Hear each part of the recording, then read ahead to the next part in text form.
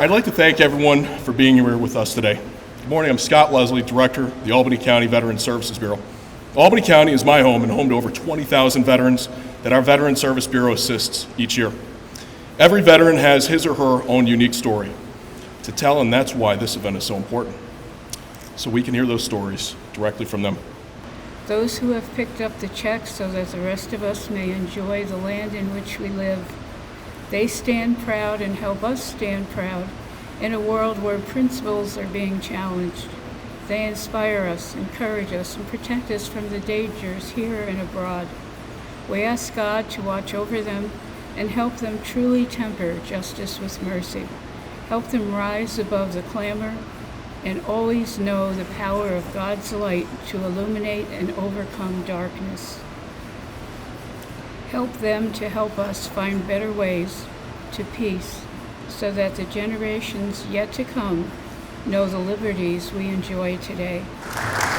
So good morning, everybody. And it's an honor to be here today, to just say thank you to the veterans that served, that all the men and women that have served in our military.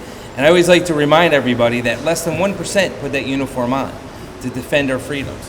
If you look at the active duty in the reserves, it's probably 2.3 million Americans that represent a little over 235 million Americans' freedoms. The right to believe in whatever God you want to believe in, to be whoever you want to be, to agree to disagree with your neighbor, to enjoy the freedoms is because of the men and women that put that uniform on. So I do want to say thank you and remind everyone of that because, again, if you look around the conflict in this world, what's going on, it's so important that we have men and women that serve. There are three incredible men, and I'd like to start by introducing our first honoree, the Reverend Robert Dixon. So, Reverend. He served our country in the United States Army with the historical 10th Cavalry Buffalo Soldiers at West Point Military Academy as an instructor to West Point officers and cadets. I always like to hear what everyone else has to say about their pastor or my husband, so I can introduce you to him. But I asked Dr. Carolyn McLaughlin this morning. I appointed her. I says, "You're on today." This man is the last known Buffalo soldier in this country.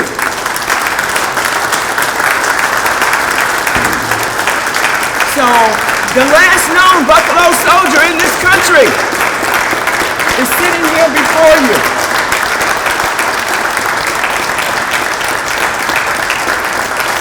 And he deserves that standing ovation. And I am so proud to know that he has poured into me and poured into thousands and thousands of other people throughout New York State. So Reverend Dixon, I honor you, and I just want you to know who's in your midst. Who is in your midst? And take the time to touch this man. He's 102. I do want to say, I do have a point on behalf of the county, and I want to say thank you for your service. You look incredible for 102. I hope I look at that like that at 60. But I have to tell you, it is an honor to be next to you and for all the work that you've done, both in the military and out of the military. So thank you.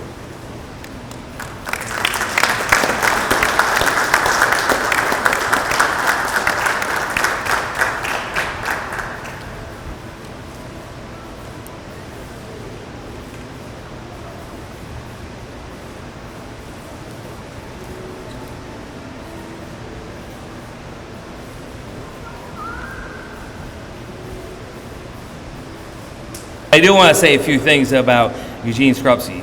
He served our country in the United States Army from January 1969 to January 1971 as the 1st Cavalry Division as infantry in Vietnam.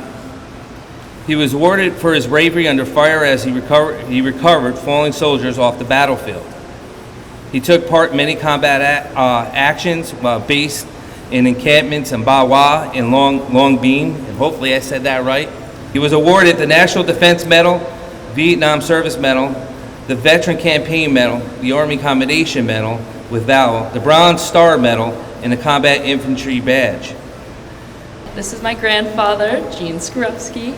I've been living with him now for probably 10 years, so I've gotten the chance to really get to know my grandparents about our family. I'm very grateful that I've gotten to know so much about them, and they've really stepped in to become like a second set of parents. Done a lot more than they should have, but they're here for us all the time still.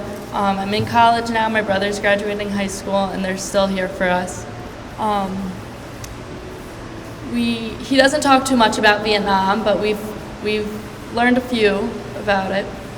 We're hoping to hopefully talk more about Vietnam here in Albany. I know a few other Vietnam vets from Albany Martells, and hopefully start to share their story a little bit more and, you know, show some pictures just to get it talked about. But I'm beyond grateful to be able to grow up living in my grandparents' home, and I really don't know what I would do without them. They really have made me the person who I am today, and I'm going to school for nursing now, and I plan to work at the VA when I graduate as a nurse, so maybe I'll see you guys there in a few years. But I'm just beyond grateful to have been able to grow up with my grandparents. So thank you guys.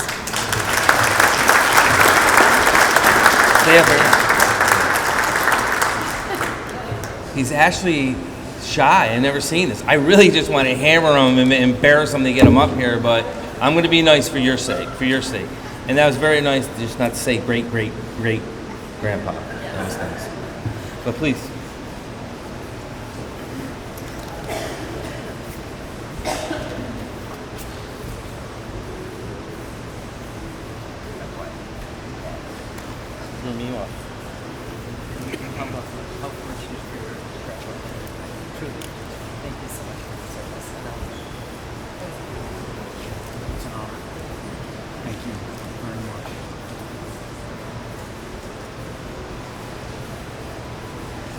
Thank you for your service to the country, and on behalf of Albany County, we have a proclamation in your name and in your honor. So thank you for what you've done.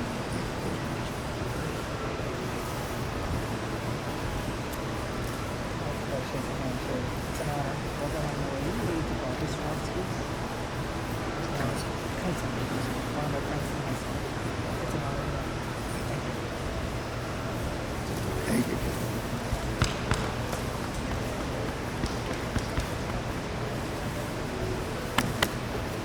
I do want to say, last but not least, John, who served our country, United States Army, Unit 309, Infantry Regiment, 78th Infantry Division, served in combat as an infantryman in World War II.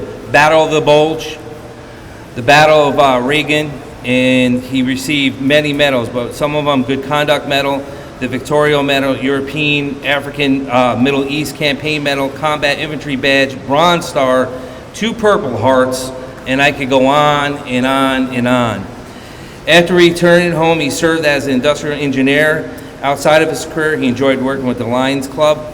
But I do want to invite Barbara up to the podium to speak about John's, not just his service, but the fact that we were getting to honor 2 extraordinary gentlemen from the World War II era. I want to thank everybody for coming, and Scott especially for introducing us to this opportunity, and thank you to all 3 of you and all of the other vets that are out there. My dad didn't talk a lot about the war when I was a kid. We didn't learn about the stories until we got older. He served well. He's very proud of his service over there. When he came home, he went to the Veterans Vocational School for TV repair so he could earn money to go to college. While he was there, excuse me, one of his advisors asked him what his plans were. He told him he wanted to go to college. They advised him to leave the vocational program. He went to college on the GI Bill, first at Champlain College and then at RPI, where he became an engineer, industrial engineer. My brother and I are very proud of his service, and we're excited to be here today to honor all of these vets. Thank you, Dad, for all your service.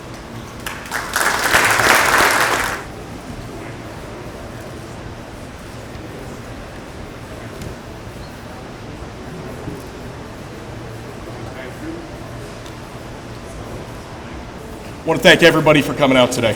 This is a great ceremony. Thank you for all the support. Crossgates Mall, to CBA, our elected officials, dignitaries, and members of the community that joined us today.